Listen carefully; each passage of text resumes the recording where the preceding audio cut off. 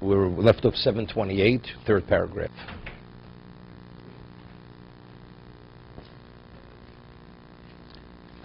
V'omer Chachamenu Zechron Levrocho, Kibbutz Rishoyim, the gathering of the evil.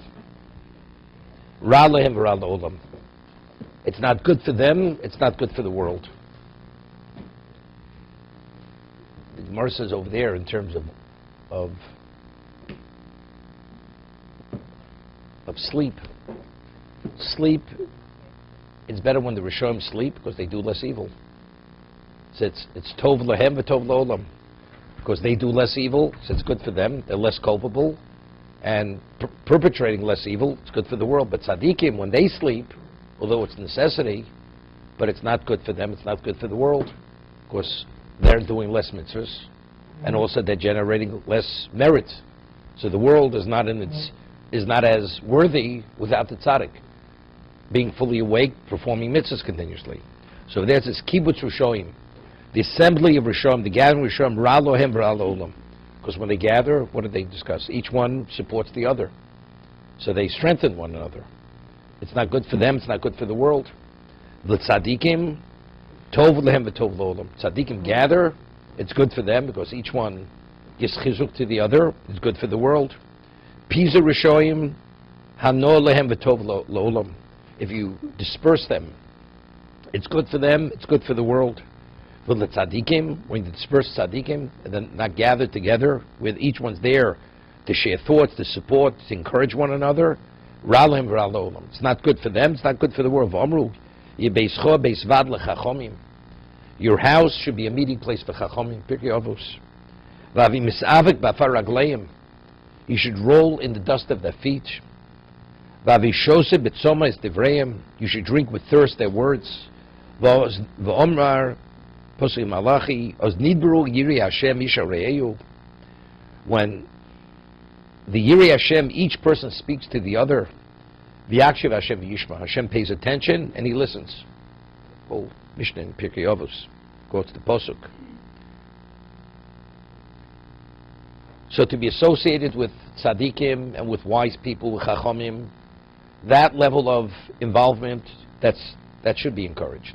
But ordinary people, where their values and their qualities and their characteristics are not in sync with what the Torah encourages, those are the people you should try to minimize your involvement with them. That's what he speaks about, solitude and separateness.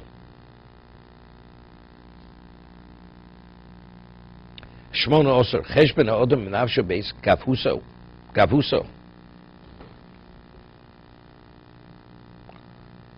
Person has to take a personal accounting with himself at the time that he feels haughty.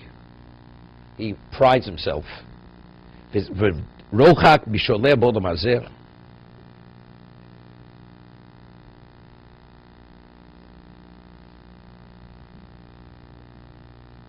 He says, I don't know the word rochak, excessively ambitious in this world. So how do you somehow diffuse that haughtiness, that pride? Right. Do you know who I am? Visit a city and see how special you are without telling who you are. Do you know who I am? You're special within yourself. And if you disappear from the face of the earth, do you think you'll be missed? Vis-a-vis existence, what is your innate value? You're a speck. You're less than a speck. You're unnoticed. She's born in Erko Babriya ben Elyon ben Tachtonim. V'yizbor lo katnuso uziruso ben Yitzira sabor yizborach. And it will be clarified to the person his smallness and his minusculeness among the creations of the world.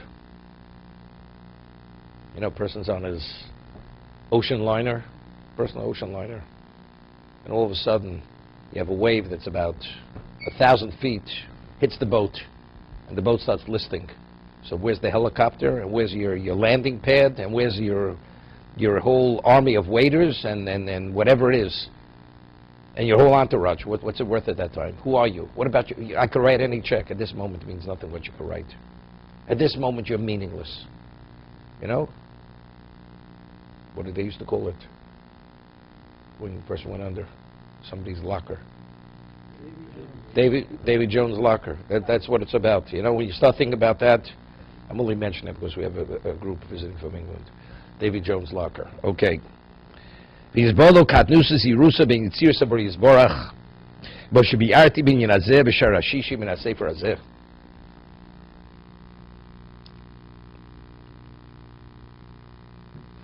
But it's interesting. The concept of pride. You know, the Ramak writes in Tomid Dvorah, he says, in terms of nobody's perfect. We all have to pay debt. He says the best debt to pay is embarrassment. To be embarrassed.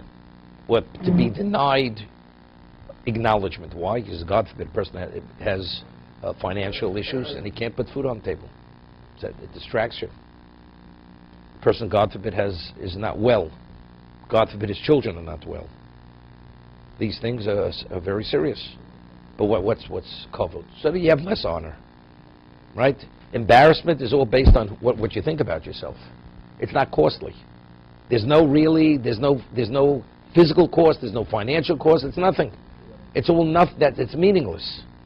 Embarrassment can be destructive. But it depends who you are.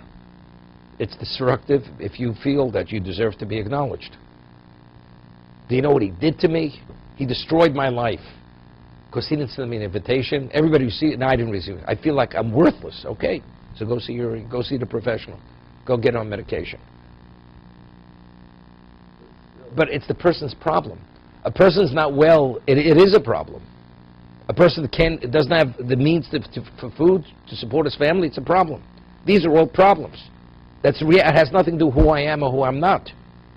But in terms of the way you perceive yourself, that's your issue. That's your personal issue. What's in horror then?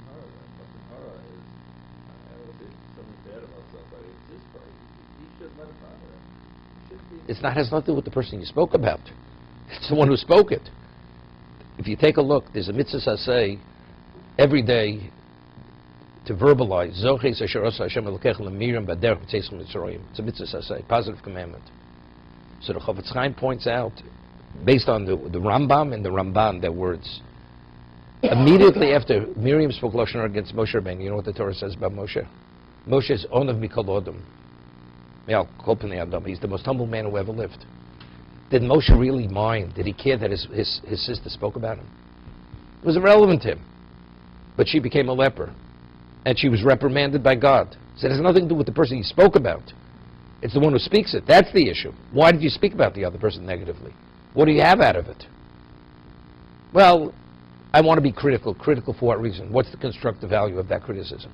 It has no constructive value, you're not permitted to say it. It's not what you did to the other person. To be continued.